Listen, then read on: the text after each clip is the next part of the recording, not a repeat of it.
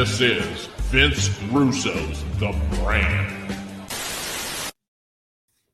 Hello and welcome to Wrestling with Tragedy. I am your co-host, JP John Paz from the Two-Man Power Trip. Of course, joining me is the super dad himself, Mr. Piers Austin, and the newly formed Colonel, Suntan Superman himself, Kingpin, I'll say Baldy it. Angel. What's going on? I'll say it, boy. That's a white privilege on the Kingpin's name. I love it, man. Oh, I just got to show them. I love it, man. Kentucky Colonel, baby. Kentucky in honor. Oh, let me say that. Oh, I'm going to get me the honorable Angel Medina. Honorable, yes. I'm excited. I'm going to get me a hat. And this is, of course, case number 86. We're going to be talking about the Ultimate One, the Ultimate Warrior himself. Yes, indeed. But before we go any further, let's take a quick pause for the cause to thank some of those amazing sponsors that help us keep the lights on up in this bitch and keep going every single day. Angel, take it away. Hey, you take it. I do it. I hate it. Oh, babe. Healthvape.com, ladies and gentlemen, is your healthy vaping alternative. You can get all their vape and pod products by going to healthvape.com. All of their products are no nicotine, no addictive or harmful chemicals, and they are vitamin infused. Guys, check out healthvape.com. Use promo code MWAPOD at checkout to get a 10% discount on your final purchase. If you want to get your sleeves on, definitely check out sleeves.com. One of the greatest websites out there if you want your sport athletic accessory needs met. Use promo code MWAPOD for 10% off, but definitely check out their dirty boxes. They do have some Christmas specials, some sales. I love them. I just get excited seeing them because they always come up with some new and different ways to pop people.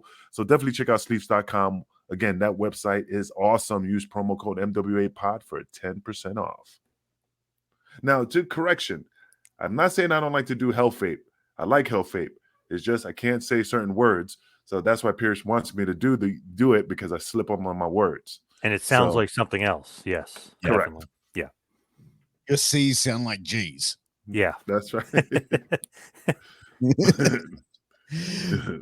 But guys, we're doing case number 86, as we said, the Ultimate Warrior. So the Ultimate Warrior was a guy who was almost like larger than life in a certain aspect and was pretty much earmarked to be the next big guy, the next made man after Hulk Hogan.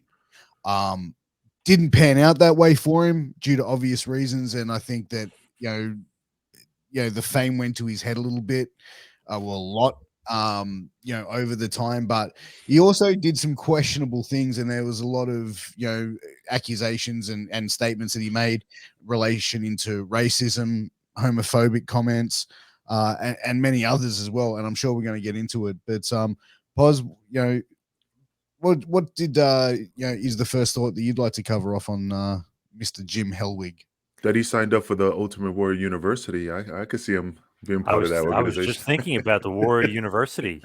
Just thinking about that.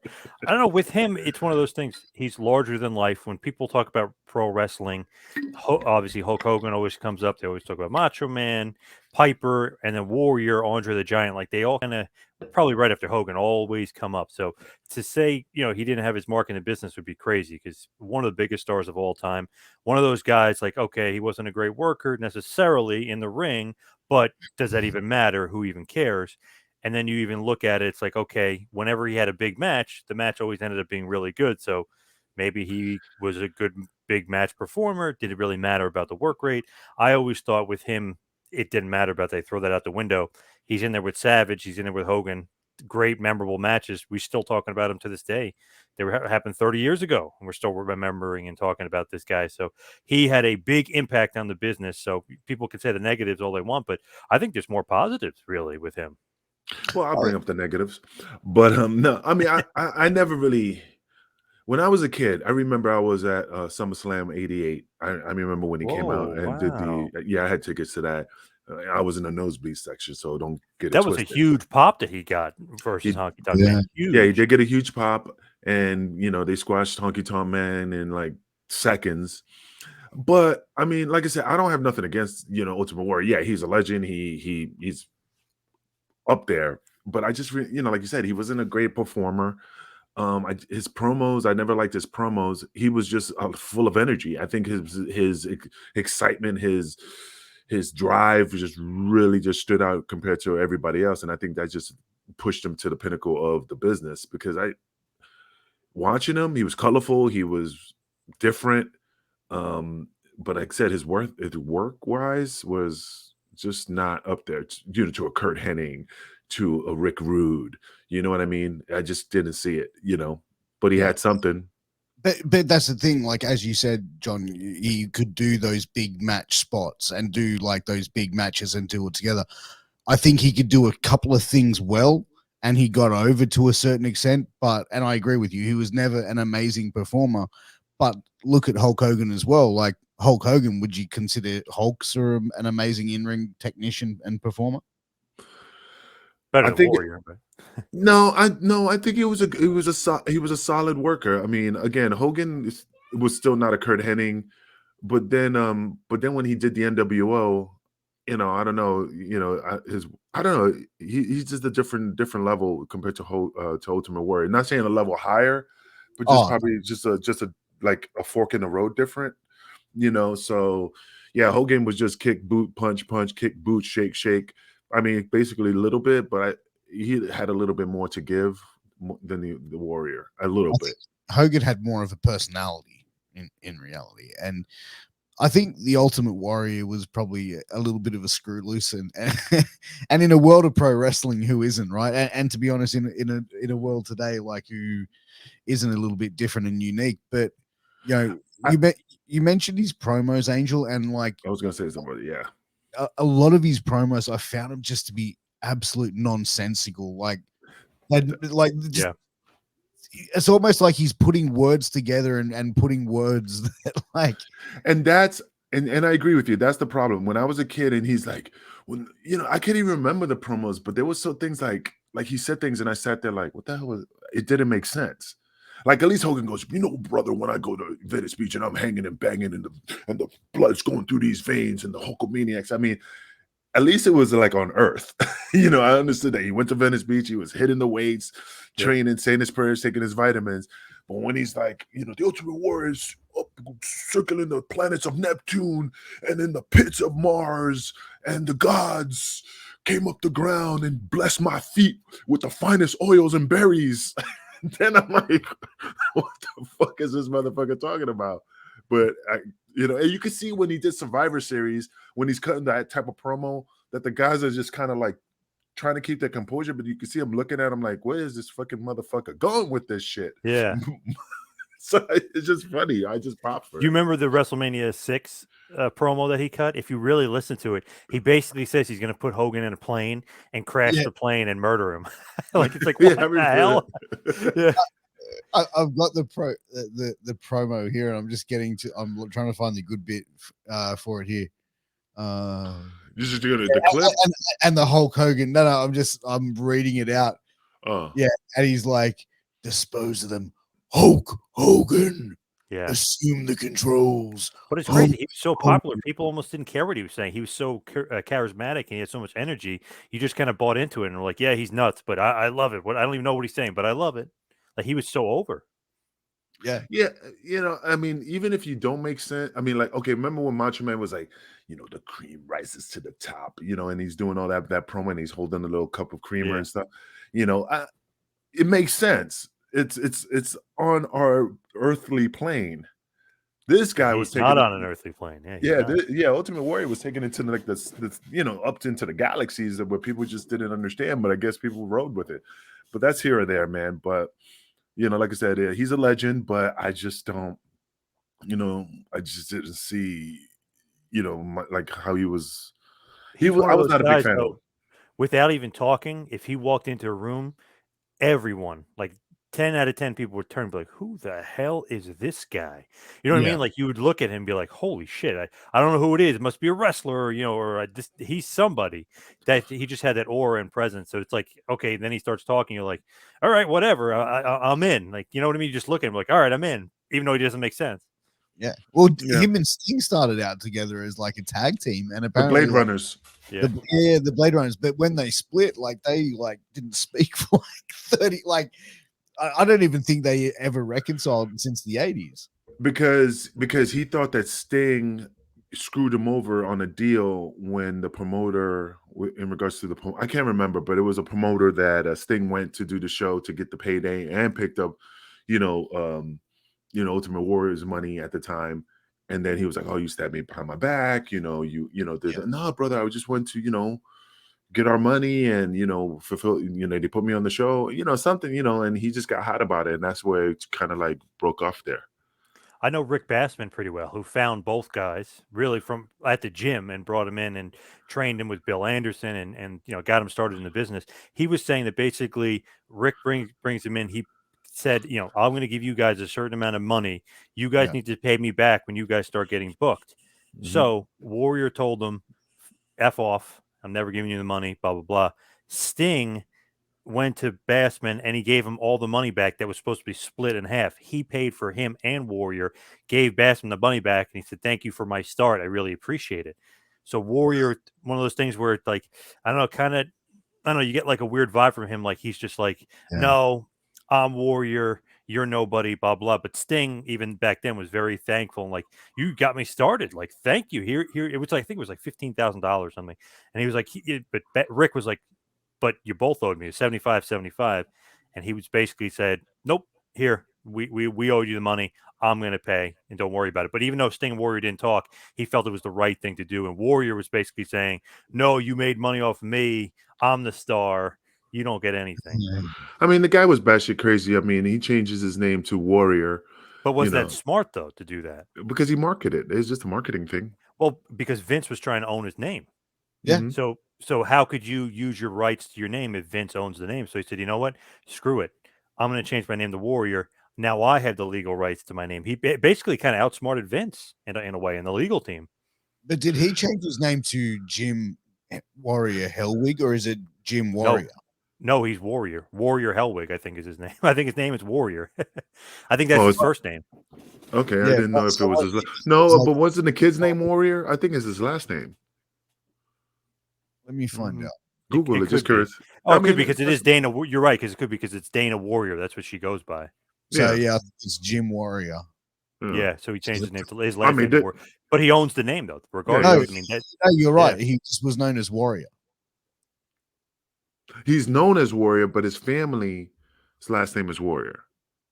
I guess they took almost like a badge of honor. Like, hey, we're going to become. I'm Dana, and now I'm Dana Warrior. And the his Warriors. two daughters.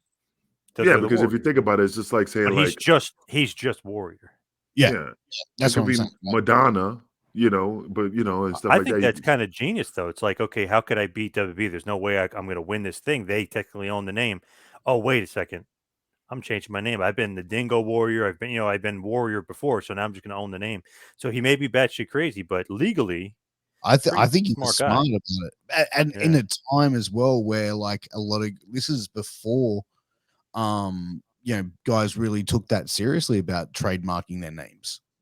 Right, like Undertaker for some reason doesn't even own Undertaker. You know what I mean? He's pretty smart. Yeah, I mean it definitely is. But you know what? One thing I found interesting was. No, sorry, real quick. But then, how is it that the Undertaker doesn't own his name, but then but The Rock owns his, but John Cena doesn't? It's just weird how those cards fall on the table. John Cena. Yeah, but he gave the rights it out to them. Yeah, he licenses it out to them. They have the rights to it. And compared to The Rock, he owns his name, his likeness. That's why he's able to use The Rock on, it's fucking Rock in the movies. Yeah. So I'm sure, like Hogan, I'm sure had to pay them. I know a little bit to Marvel too, but I'm sure Hogan had to pay a pretty penny to become Hulk Hogan. But Gab Pierce, I'm sorry, I didn't mean to cut you off. No, one of the things I found interesting was that before a show, before SummerSlam, I think it was, that Warrior went up to Vince McMahon and said, I'm not going to perform on this show. But SummerSlam 1991, match made in heaven, match made in hell, MSG, yeah. Yep. You got to pay me. I think that it was 500,000, 550 grand. And what they did was because his contract had lapsed, And they said, okay, no worries. So we'll re-sign you. You go out there, do business. And this is how smart Vince is. Vince is like, yeah, cool. Yep, no worries. I'll pay you that 550 grand. Bang. As soon as he got back, They we're fired him. suspended him. I Then thought they as soon fired him as soon as he walked through the curtain. As soon as he came back from suspension, bang, Fired. failed the drug test. See you later. Oh, who cares? He has money. That's the key thing in the factor, man. I mean, you're not really hurting anybody who already has money in the bank. It's the people that don't have any financial skin in the game, and then they're like, "Fuck, I'm fired." But the only thing is, don't you think that's a little bit of a dick move on his part? Like, hey, I On know he Vince? wants his money. No, on Warrior. Like, hey, I'm not Yeah, going it's a out dick there. move. Hogan and him are, in the main event against Slaughter, Adnan, and Mustafa. Sid's the referee. They have this whole thing planned. They've been billing it for months. They're booking, and then all of a sudden he's like, "Oh, by the way, I'm not getting Hogan money." He finds out he's not getting paid as much as Hogan. He's like, "I'm not going out there until." I mean, isn't that kind of a dick move? It is a dick move, but it is a smart move. I mean, it's still he was working the angle to get the money that he wanted. He knew that it was going to fuck him over at a certain point. But again, you don't hold up Vince. Vince will hold a grudge on your ass, and yeah, he'll pay you. But then you still come back at the end of the day. After all these years, he came back, held him up. Jeff Jarrett came back. He fucked over Vince, and he came back. Who else fucked over Vince and came back? Was it China? No, Jesse the Body. Jesse the Body. Yeah, I mean, But that's how it is. But that's the thing, man. Like he fucked over, or tried to fuck over Vince for $500,000. Mhm. Or he did, and he got it. And Vince went, fuck it. All right, no worries. Vendetta. Vince doesn't take it. Like, he's never going to sit there and go, okay, we're going to let sleeping dogs lie at that. Fuck no. Like, he's one or two steps ahead of it. But one of the things I found interesting was Hulk Hogan apparently wanted to shoot on him and break his leg. I don't think Hogan's a good shooter, though. I just don't think he has. I mean, yeah, they'll probably get into a fight, but I don't think he's a shooter, like a Luthez type of motherfucker. Hackett Smith. You know what I mean? He's not one of the Steiner brothers out He's there. not the Steiner. Oh yeah, Steiner brother would fuck you up if you can't hold your own.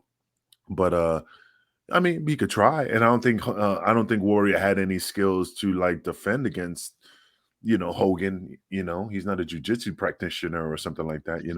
Bro, it would have been two roided up fucking like guys just gassing out after 5 minutes. Oh, brother, let's just get a protein shake, brother. Yeah, no. Do you think it's crazy that Warrior was demanding as much money as Hogan? Yes, he beat him at WrestleMania 6, had that big moment, and he became the quote-unquote the man of the company, but Hogan was still the man. Do you think that in any real world that Hogan and Warrior be on the same level? I consider Hogan 1 and Warrior would be like a distant 2, you know what I mean? Or if you want to say 1A and then a distant 1B or something, I wouldn't put him on the same level or pay him the same amount of money. I'd put Savage as that, you know what I mean? Way before Warrior.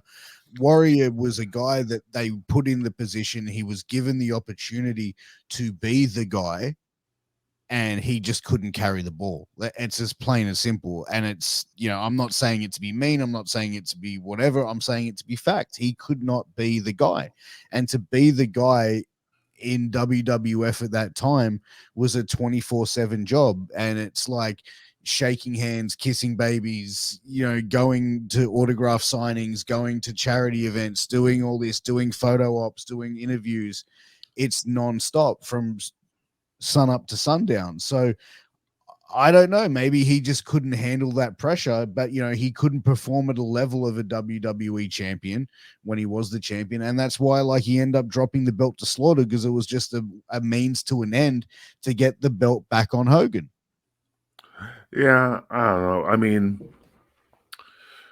I don't know. Ultimate Warrior, I mean, he's just a different breed. I mean, it's just that I don't know. I just never saw the hype. Go ahead. As a kid, I was never a fan of his, but my best buddy was. You know what I mean? Like, I was a Hogan mark, my buddy was a Warrior mark. So that's kind of like how I remember it as a kid. You were either one or the other. You know what I mean? Like, you were either a fan of Hogan or you're a fan of Warrior. To me, I just never really got Warrior or all that shit. Like, it just never. I was like, all right, cool. See, my when I was a kid, I was more of a Ricky Steamboat, Macho Man, guys with skill, ring skills, Ric Flair, Sting, Tully Blanchard, Magnum TA. I was just liking the way they wrestled. There was scientific. You know what I mean? With Ultimate Warrior, it was just one dimensional. Like I said, he had the charisma, he had the look. To me, he just did the same thing over again. Run around the ring, slide in, run to the ropes, clothesline, run to the ropes, clothesline. It was just like no style. On a Again, personal, on a personal level too. Hogan loses to Warrior at WrestleMania 6. I was a Warrior fan. After that, it was over. I was so heartbroken that he beat him. And so the next year, I was actually rooting for Savage to end his career, even though Savage was the heel. I want him to, because he beat Hogan the year before. I was still bitter about it. Yeah, Savage, man. Like I said, Savage he should have got more than what Ultimate Warrior got. You know what I mean? At that same level. You know what? Like, I think Ultimate Warrior, he got a little bit too big for his britches. Yeah. That's what it went. And he went head to head with Vince McMahon, which in the world of pro wrestling, who's the one guy you don't want to fuck with? Right? Vince McMahon. Yeah, Any promoter, really. Well, Vince is the promoter. Set all be all, yeah. Yeah, you know what I'm saying? And then he makes his big return. Remember WrestleMania 8, he makes his big return and he saves Hogan from getting beat up by Papa Shango and Sid. So then I'm like, okay, I like Warrior again. He saves Hogan. Okay, we're cool. But it's funny. It's like, okay, he'll leave. He'll come back. He looked a little bit smaller, maybe not as much steroids. He had the haircut. Remember, people were saying it wasn't the same Warrior. They had the drug testing policy. It was a little bit different looking. If you remember when he came back in '92, a little bit smaller. Gimmicks. But wasn't the rumor was like that Warrior died and that was like a second Warrior or some shit, which is totally bullshit. But yeah, that was a rumor. Yeah, like I remember hearing that rumor. So many kids. I remember when I went to school, they're like, "Oh, this is the second Warrior," because he didn't look he didn't look as muscular. So this is the second Warrior. It's like, second Warrior? What are you talking about? It's almost like the same thing as the Undertaker when Brian Lee did the Undertaker gimmick. You could just tell the difference because he was a little bit shorter, just a tiny hair inch shorter than the Undertaker. But like when Hogan dropped the belt to Warrior, that was supposed to be like a big moment that Hogan was apparently pitching to Vince for him to turn heel and have that big moment, like that NWO moment that we saw in WCW like several years later. That was supposed to happen at that event. Like it was supposed to be a Hogan turn then, where it was like, I did it for the fucking money. You know what I mean? Like that was supposed to be it. And then Vince was just like, I just can't pull the trigger on that. Yep. Yeah. I mean, that's part of the business, man. I mean, you did it for the money. I mean, I know people do it in the beginning for the glory of the fans and the excitement that they're in, but after a while, man, it's all about the money. He's just trying to get as much as he wants and as fast as he can, Do you think that, okay, so we're going along, it's the Hogan era. He's dominant for all those years. He's champion for over 4 years, over 1,000 days. He's champ. Then Savage is champ after the tournament. Remember, Andre obviously wins a controversial. Savage wins, but business maintains with Savage on top, right? So they're doing the same business. He's just as good a draw. I know Hogan obviously is there too, but I mean, he's just as good a draw. Then all of a sudden, Hogan gets it back. Same business. '89 was one of their biggest years, especially financially with Hogan Savage, one of the biggest money-making feuds of all time. Then all of a sudden they go to Warrior and mega powers explode. But then they go to Warrior, right? And it's drop a little bit by little bit. It's not, let's say, like where it would be in the mid-90s, obviously, but there was a drop-off. Do you think Vince was like, oh, this is the guy, and all of a sudden he sees a drop-off? It's like, nope, it's still Hogan's time. Do you think like Vince was regretting it? Oh, yeah. Big time. Big time. No, I agree. There's like, how long was Warrior's run with the strap? So from April to January, he loses it. He wins at WrestleMania 6, loses it January. I think it's January 19th, 1991 at Royal Rumble. So it's 7 months basically. That's a decent run. That's how long did the guys were getting at least a year with the title. And how long did he have the Intercontinental title until when he released it? When he just won it at SummerSlam '88, lost it again to Rude at WrestleMania 5, won it back at SummerSlam '89, and then he held it until WrestleMania when he beat Hogan. Then he vacated it. So I mean, that's almost like a year and a half with 2 title runs with him. So I mean, pretty damn lengthy. One of the most lengthy, if you combine both reigns, one of the most lengthy reigns. Do you think the belts got him over anymore? The what? Do you think the IC title or the heavyweight title got Warrior over any more than he already was? To me, to me personally, I love the old IC title. To me, it had more prestige than the heavyweight title in my eyes because of the people who held it at that time.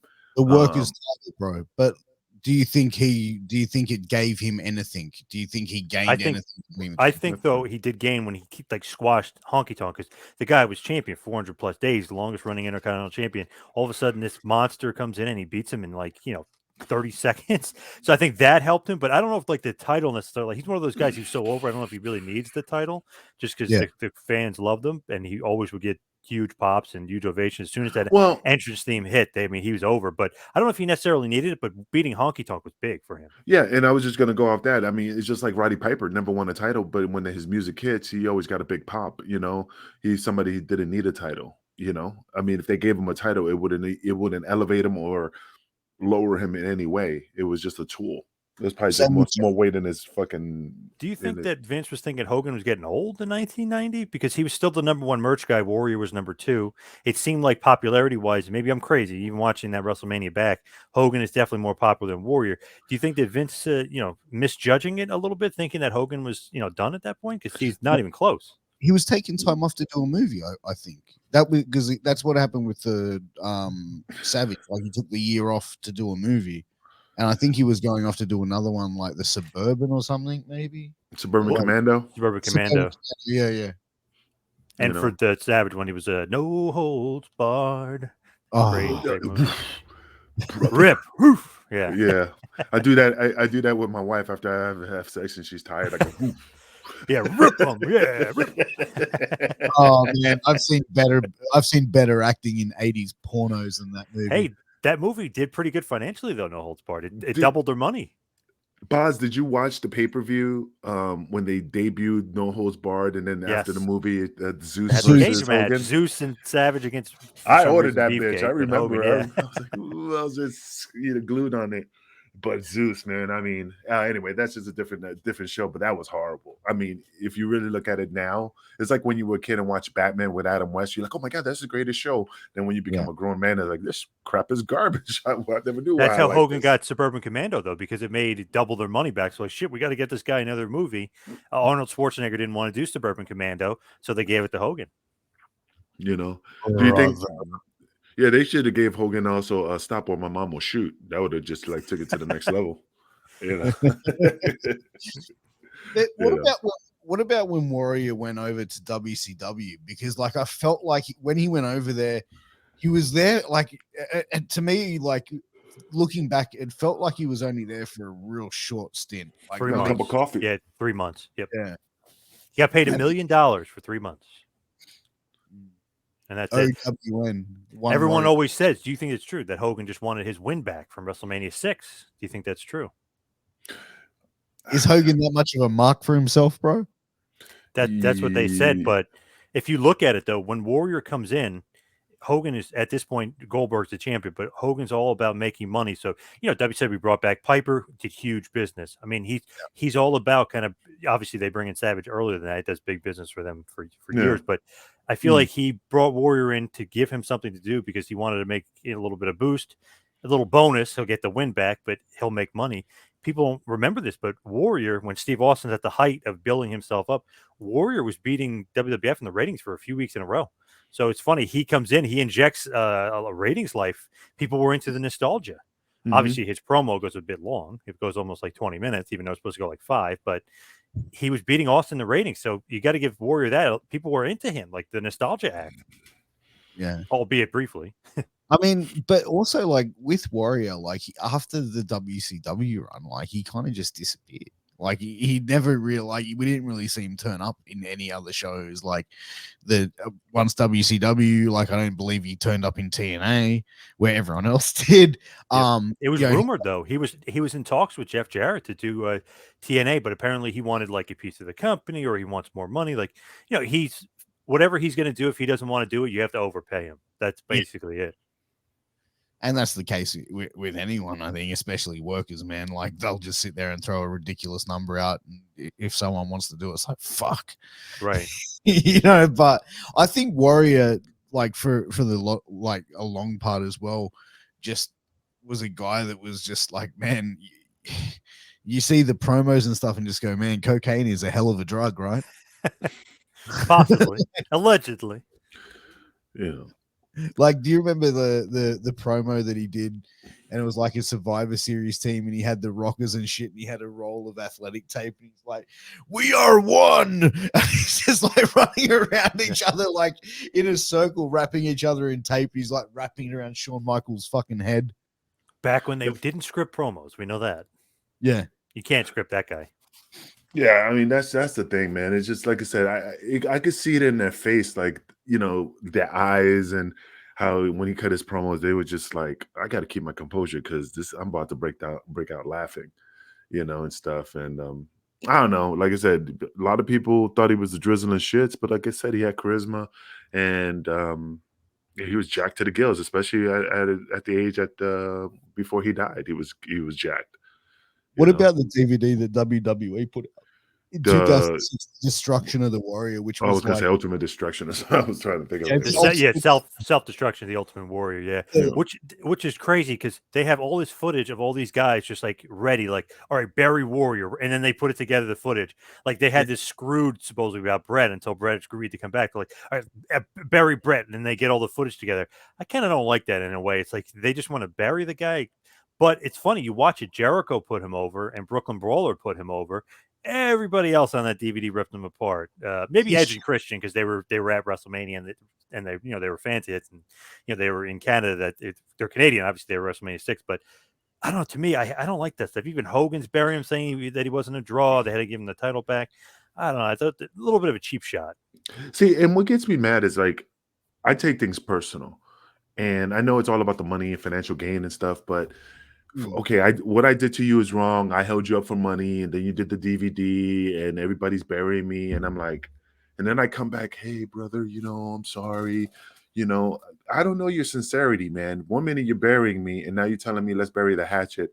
I would never believe that like, oh, forgive and forget, and stuff like that. I just like, man, fuck you. Yeah, when I mean, they redid that documentary, remember they did another one towards the end of his life, obviously right before the Hall of Fame, and it was great. It was positive and stuff. But he kept mentioning, he's like, yeah, they did that DVD ripping me. Like you could tell he was still furious about it. Oh yeah, man, because they buried him. But that was Vince's way of just like, obviously back then, just going, you know what, I'm gonna make money by fucking you. Like, you got to think about it like this. And again, I don't know how it is, but Vince, if Vince holds your contract, if he tells you to fucking do this, you have to do it. And some guys probably like, hey, you need to bury him. I don't give a fuck if you like the motherfucker. You need to bury him. Yep. Yeah, he doesn't care. And they're filming like Hogan, Barry Warrior for 5 minutes. We're going to use it for a future project. Okay. You know what I mean? But you know what, like, even like I found interesting, which is Dana Warrior came out and made a statement, and I'm sure you guys saw this. I think it was like a few months, or it might have been like the beginning of the year. And she was basically saying to Hulk Hogan, stop saying my husband's name in fucking interviews and media. Like, you never like had showed any interest in Jim. Like after this happened, you've never called me to check in. You've never done this. My children ask, why does he keep saying that he's doing all these things, but like we haven't heard from him. He only will like come and interact with us if there's a camera around. The interaction that Hulk Hogan and him had, apparently, that Hogan said where they had this big brother moment and hugged it out. Apparently that never happened. Like, I don't know, man. Hogan is the ultimate worker, right? Like, that's what I don't get. Some of the guys, like I even heard a recent interview with Undertaker, like, oh, Undertaker claimed Hogan hurt my neck. He was working you, man. He was totally working you, and Vince was in on it too. Like, they're just working you to see your reaction. And Hogan is always working. It's nothing like, I don't think it's anything harmful, but when him and Warrior were like neck and neck, basically Warrior was taking his spot. You know what I mean? Like, of course, Hogan's going to be bitter towards him. This guy is taking his spot. Even Austin and Rock, they had their problems, and people were thinking, oh, no, they're buddies. No, he's trying to take – Rock is taking Austin's spot. Obviously, when Austin's set to retire, all is good and all is well, and they love each other. Oh, yeah. So Hogan definitely held a little bit of contempt for him for years. The guy was trying to take a spot, and he was still in his prime. So there's definitely one of those things where like Hogan definitely held a grudge against him because who is this guy? You know, I'm better than this guy. I carried this guy at WrestleMania 6. You know what I mean? Like he just thought that Warrior is great, but not as great as him. Well, Of but you also course. got to understand is that when the promoter has the pencil, you have no say. I mean, the only time that you ever feel like you get stabbed in the back in this business is that if, let's say, they were going to push DeVito, which is impossible because they're the most talented of the group. But let's just humor this thought here. Ouch. So if they were going to push DeVito, and DeVito never told me about it, right? He said, he kayfabed me through the whole thing. I take it personal. But if he came to me and said, "Yo, this is what they want to do," I feel bad. Then I can say, "Dude, it's out of your control. If Paul wants to push you and he feels that you could carry the ball and do something else, brother, go for it. It's just the high spot. Just don't surprise me and then pretend like you didn't know, Yeah, brother. I didn't know this was going to happen." That's when you know that you've been stabbed in the back. Well, with DeVito stabbed behind the calf, but this is just a different story, but And again, that's people- just a fantasy world. That's and just people say, like, "Oh, Hogan was protecting himself at WrestleMania 6. He kicked out at 3.5 after the finish." That's bullshit. It was the heat of the moment. I thought it was great that he did that because it was almost like, holy shit, did Warrior really win? And it's a splash. Let's be honest. He's not going to lay down on like he got knocked out from the Warrior splash. He's bigger than the Warrior. So like that's another thing. And Warrior, I know, has brought that up. Like, oh, he kicked out at 3.5, and like he was protecting himself. It made sense for that moment, and it was good, and I liked that Hogan did that. But Hogan came back in the ring, handed him the belt, and and like was saying like, "Hey, here you go, you're the man." Torch. Yeah, and he passed him the torch, and he let him pin him clean when Hogan never lost clean, and Warrior didn't necessarily thank him for that, so he kind of almost took that for granted a little bit that Hogan did. Like, oh, you should have done that. Like, dude, you got to literally. I would be kissing the guy's ass. Like, you're Hulk Hogan. Thank you. You let me beat you clean. But then you watch all the fans' eyes. They're looking at Hogan. And then once he leaves, then it goes back to Warrior. Hogan was still here. Warrior was here. well, that's when The they called him Warrior the thought he immortal was here, and he Yeah. thought Hogan was here. So, yes. because that's when I want to say Heenan or was it Gorilla Monsoon? I can't remember. He's now the immortal Hulk Hogan. That's when he got that Yep. when he was going on that cart back to the ring. Who said it? Was that Gorilla Monsoon or was it Yeah, Gorilla. Yeah. Gorilla, okay. It was Jesse and Gorilla at that show, but it was Gorilla that said it. Okay. Man, it's been a But, while. So yeah. You know what? Like you were talking about, like the kicking out of like 3 3/4. I've always thought that is like a really good storytelling point of a match, and especially like a really emotional, intense match. And I think Mick Foley would do that sort of little thing as well, where you'd see him like after one of these big matches, and if he's doing the favors 1, 2, 3, and at the 3, like you just see his leg like do a slight little kick where it's like Right. there's still that little bit of fight left in him. And I think that does show, and it's a way for the guy who's doing the favors to still be able to show a little bit of strength, if that makes sense. Like, Yeah, but also same thing at WrestleMania 7. Nobody mentions that. He kicks out of Hogan's leg drop at like 3.5. Like he just got the 3 and he kicked out. Nobody ever mentions that. yeah, and that's the thing. It's more exciting when you could keep your star, like when you could time it right. When it's the 1, 2, and the hands coming down at that moment when it's about to hit the mat, and you kick out, and it hits that 3, but you're kicking out. Then people go, I don't know how to explain it, but it's just like he kicked out, but he didn't kick out, so it still keeps you here. Yeah. It's not like a flat 1, 2, 3, and you don't move. It's just like you kick out, and it's like, wow, man, he did kick out, but it was right at that, just like at the Kentucky Derby, just using it all the horse racing when the horses are nose to nose, and you beat him by that little centimeter, you're like, fuck, man, he almost had it. Oh, yeah, that was skin of his teeth. That's just how I see it. Man. What about Warrior's great conservative gimmick years later after wrestling? Did you love that? Which conservative? You mean the one when he was doing like those The speeches, yeah, like he was trying to Yeah. be Rush Limbaugh, yeah. Oh, those are horrible. Oh, And the speech he made about Dr. Martin Luther King. It's like just made statements about him, homosexuality. Remember what he said? He said, "Queering doesn't make the world go round." Remember that? everyone got pissed at him for that. But see, that's the thing, man. Even his speeches was just like, you could hear the crickets because it just didn't. He doesn't have any. I hate saying that he's not smart. The motherfucker, wasn't he a chiropractor? Yeah, So yeah. I mean, I can't say he wasn't that smart. It's just that it's like he wasn't believable. Even when he gave those motivational speeches, it was just like, what the hell? He's It's not funny a new that Broccoli. so Dark Side of the Ring did a documentary on him this year. So obviously he's still popular. A&E did a documentary on him this year. It literally came out within the same week. So he's still very popular. Everyone still remembers him. But there was a little bit of iffiness with Dana Warrior. She was saying that, he watched Rush Limbaugh, and all of a sudden he became like this conservative and he loved it. She was the conservative one that turned him on to Rush Limbaugh. So she's got a revisionist history with that whole story because obviously she's got to be woke now. She's a writer for WWE. She's got to maintain like, oh yeah, I'm on this side. But she was the one that supposedly got him into that to begin with. So I loved it Yeah. that she was pretending, oh, I can't believe he became a Rush Limbaugh fan all of a sudden. But she's the one that got him into it. See, and that's the thing. The Rush Limbaugh thing is like it depends on your taste. Like when Rush Limbaugh was on, I never really listened to him. I listened more to Ben Shapiro, where he's just Right. more intriguing, and there's just the way he says things just catches my attention. I like It's Greg just Gutfeld. Yeah. yeah, A little Greg bit more Gutfeld. comedy thrown in there. Yeah. He's funny. But, you just like him because he has Titus and he's holding onto the belt on one of the panels. Pierce is like, Gutfeld? Who? Yeah, And he he is was right. with He Paul is right. Simon? No, that's Garfunkel. But yeah, man, like I said, it's hard to take Warrior seriously as a motivational speaker. Some people do, some people don't. What are you doing? Sorry. This guy is marking out for his gimmicks on his Yeah, desk. he's got the roadcaster going. I know, unprofessional. Watch Russo's like. Yep. Just messing You remember with a few times Warrior kind of got booed out of the building. Remember that one time in Connecticut? He's having a fight with the college kids.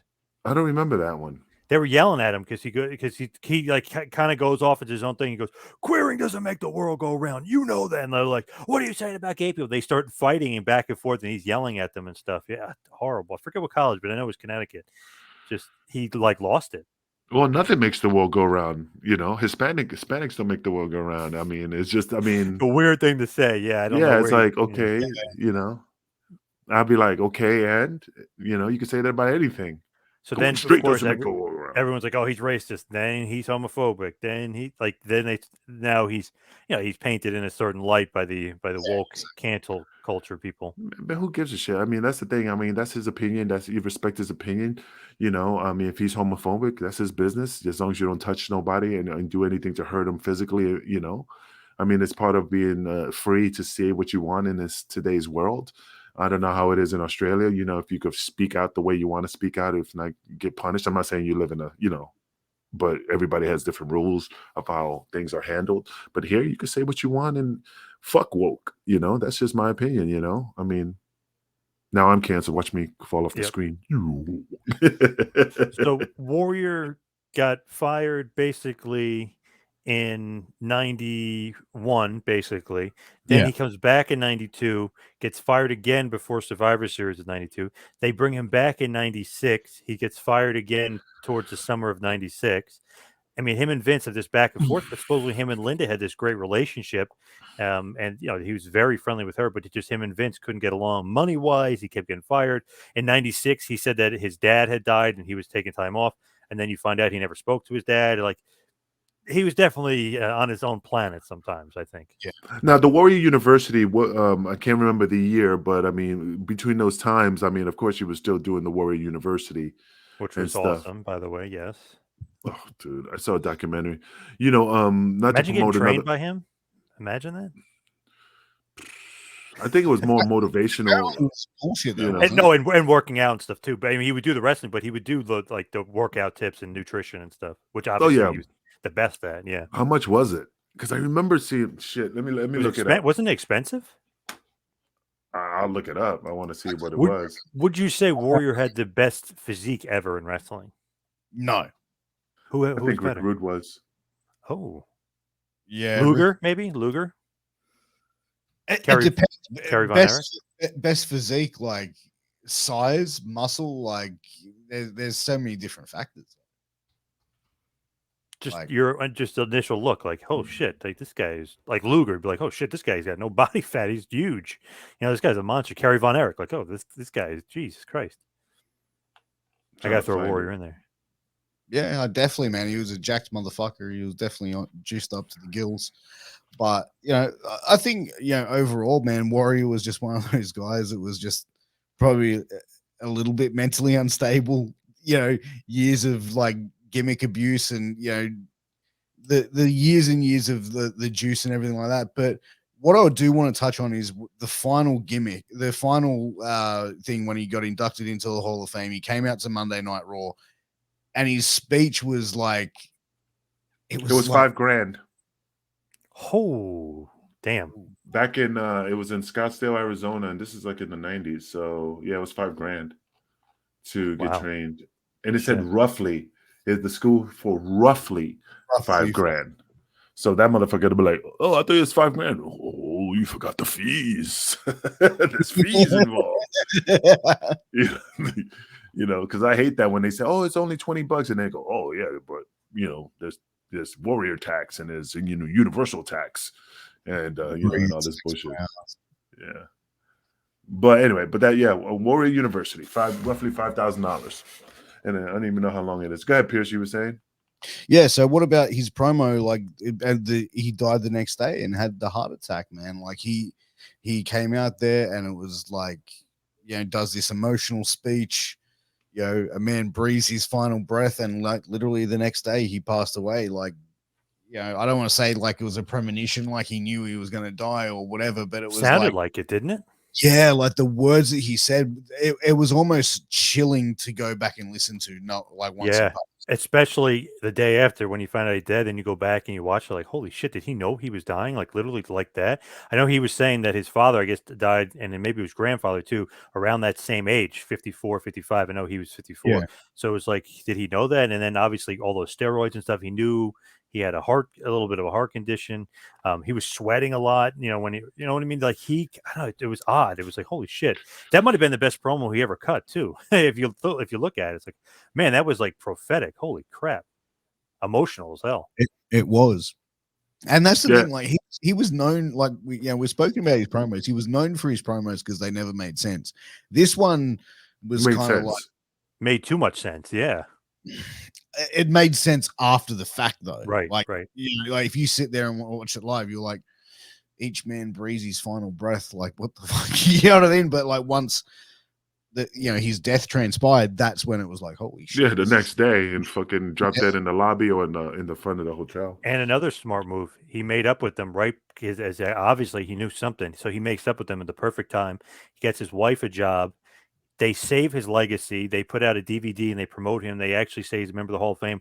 Now he's a part of all their videos and stuff. And again, when he wasn't for years, when they try to pretend that he didn't exist. So it's like, wow, he saved his legacy, got his wife a job, and probably got his kids a shit ton of money because all the licensing stuff with his name, and now all the action figures rolling in again. Like, oh shit, his WrestleMania 7 gear. Oh, his WrestleMania 6. You know what I mean? He very smartly on the way out probably got his family set for life. Yeah, absolutely. Like Dana Warrior, I even think like they started to bring her into the creative team at some point, didn't they? Yeah, she works for creative. Yeah, yep. See, mostly with the women. I just don't understand how they put people. And again, I'm not knocking her. It's just, when you hear people like Freddie Prinze or her, like, what do you know about what creativity do you have about this business? And again, I'm not knocking her. It's just visually being in this business for so many years, you learn. The business, you learn the ins and outs, how it works. Just because you're married to somebody doesn't mean you know the business. Pierce knows me for so many years, doesn't mean he knows it. I will help him to get to that level. I'm not saying you don't, Pierce. I'm using an example. But I'm just saying that. But if he just came out of nowhere, and just says, and he got a job in WWE, oh yeah, I'm part of creative. What have you done? Or when they hired that comedian to do writing for them. I'm like, what the fuck does that bitch know? Nothing against her, but she didn't even know who Big E was, Bobby Ashley. Remember Bobby Ashley? She called him? Yeah. So I don't know. It's just something that just gets under my skin. You need a Medusa. You need a sensational Sherry type of person to be creative. Molly Holly. Those are the people that know the business. Jazz. guys, people like them that can help those women excel in the business because they know and they've been down the road. I mean, again, that's another show. But yeah, that's a good show to talk about. Absolutely. And those women have been through the thick of things in a time where women's wrestling wasn't as respected. You know what Moolah did to me? Anyway. One thing about Warrior, even in his dying days and on the way out, he always took care of his own business. And I know that rubs a lot of people the wrong way. Obviously, he rubbed Vince the wrong way 3 times, maybe more. You know what I mean? But he always was like, nope, like Bruiser Brody style, which obviously was detrimental to him too. But it's like, nope, I'm handling my own business. Yeah. Nope. Okay, you're gonna fire me, whatever. I'm gonna still make money this way.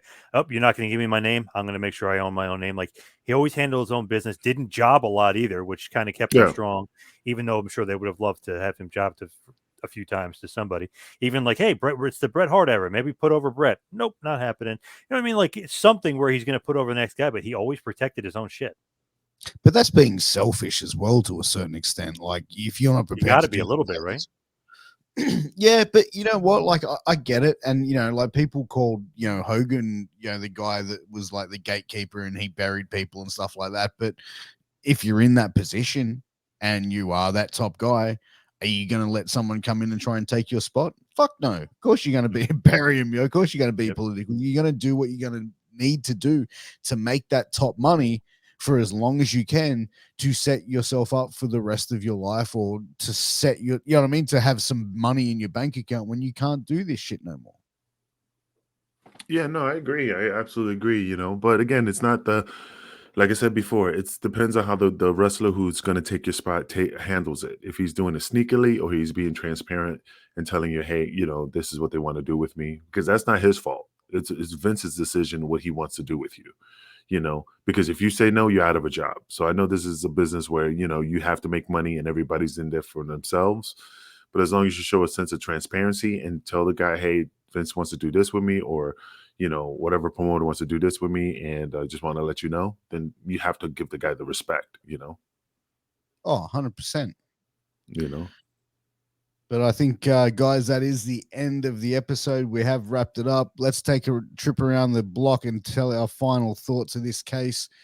John Poz, what are your final thoughts on the Ultimate Warrior, brother?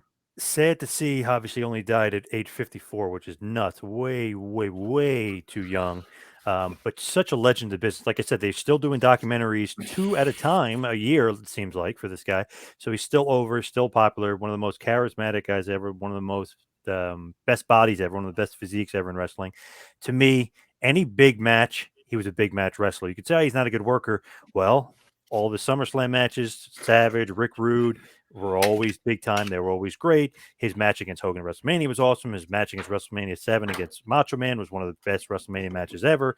I mean, Rick Rude, WrestleMania 5 was great. So to say he's not a great worker is maybe one thing, but he definitely knew how to put it together, especially if you put him with the right opponent. He was a big match wrestler, never failed in the big match situation in his prime, of course, that is. But to me, damn, it's crazy to see him go. But one of those perfect stars for the perfect era.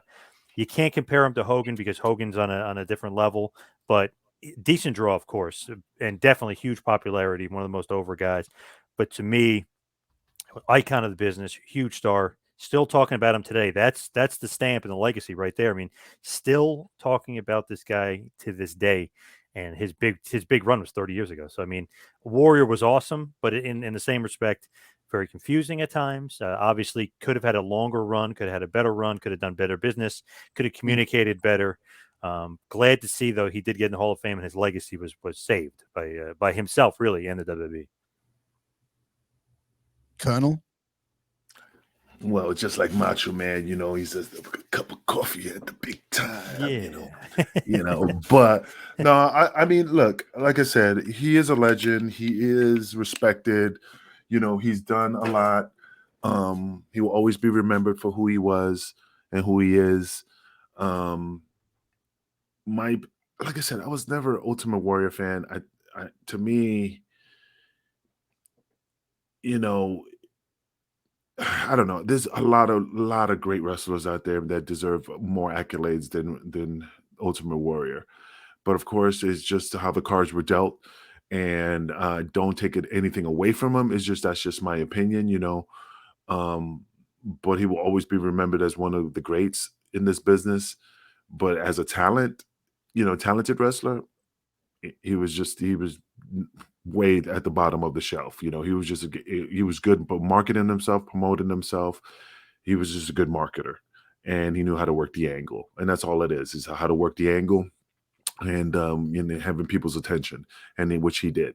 It sucks that he died at 54. He knew something. It's weird how people, like say goodbye or hug people, just like John Ritter when he hugged people and he died that same day. It's just like when you see an animal that is that weird feeling, and then the dog goes behind your sofa and passes away. I'm just like, it's something he probably needed to say. Maybe he didn't know, but it's just deep down in his soul, something was going on that he just had to say and protect his family, get his wife a job, save his legacy, which he did. And then he was finally able to, take it to the next level, which is sad. Again, it's a tragedy that he's gone. He'd be loved, he'd be missed, he's loved. But again, like I said, I don't think he was the top athlete to me. Pierce? I think he was an icon, and I agree with what John said. He was the perfect star for the time that he was in. I think he was really fit for that generation of that late 80s, early 90s wrestling. I just don't think, to me, honestly, he was an overrated performer. Mm-hmm. I think he was very lucky. I think he was in the right place at the right time. And I think he got what he got early on in WWF because of how he looked, not because of his talent. He couldn't his promos weren't really that good. His wrestling wasn't the greatest, but he could hang in those big matches. But as far as being one of the boys, how can other guys that are on the roster at that time look at this guy and go, okay, this guy's getting a world title opportunity. He's the guy getting pushed to the top, but he sucks. You know what I mean? Like, that to me would be a hard pill to swallow, as being one of the boys in the background who's busting their ass, who's making the towns, who can go in the ring, who has a good gimmick, who can have a good promo. But then someone like Ultimate Warrior comes in, gets given a rocket strap to the back, they can't work, can't cut a promo, and is selfish. No, I agree. Yeah. So, but he was over like Rova, so maybe they make some money with him. Like Rick Rude's like, fuck it, I'll just work with him and I'll make this guy look like $1 million. Savage loved working with him, you know what I mean? Like, he's like, I'll just make this guy look awesome. So I guess you have to have that mentality where, like, well, this guy can make me money, I'm gonna make him look like $1 million. Well, it's just sometimes some people you click with, like I clicked with Shit Grimes, and DeVito couldn't stand Vic Grimes. It's who you click with, You call him Shit Grimes? Oh, it's Shit Grimes. Oh, yeah. I can't believe it. He's a religious man. Come on, you can't do that. DeVito gave him that name. And he wasn't the shits, but it's just like he's like Shit Grimes. It just came out of nowhere with that name. So he always got known for in the back of the locker room as Shit Grimes. Well, guys, let's wrap it up for this week. Let's give a special shout out to our sponsors. Angel, take it away.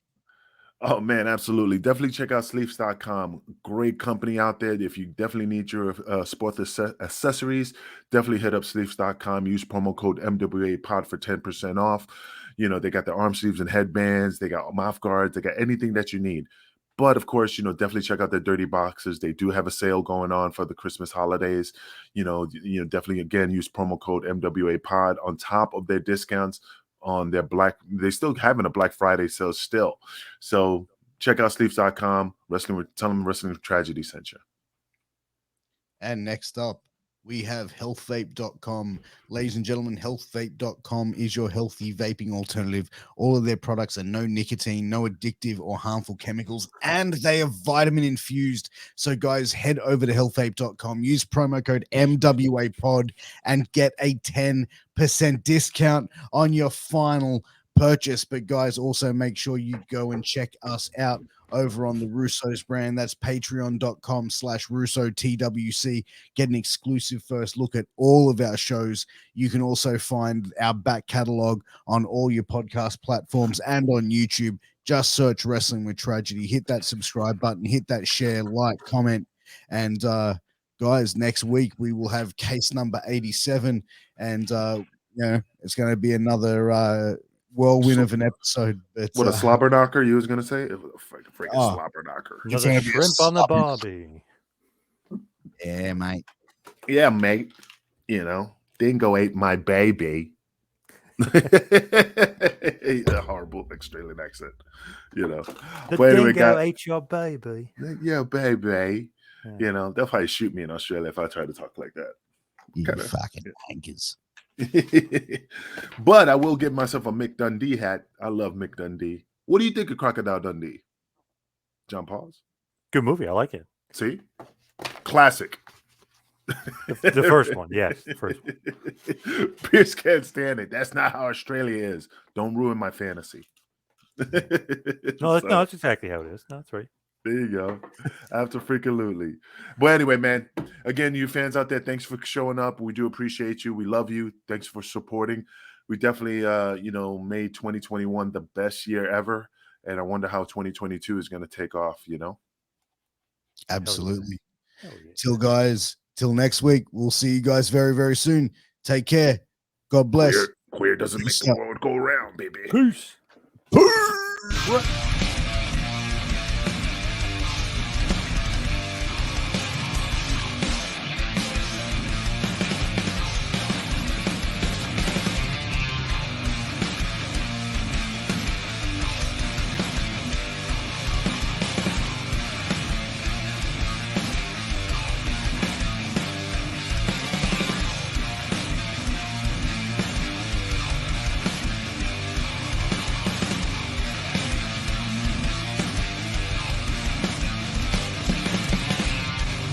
This is Vince Russo's The Brand.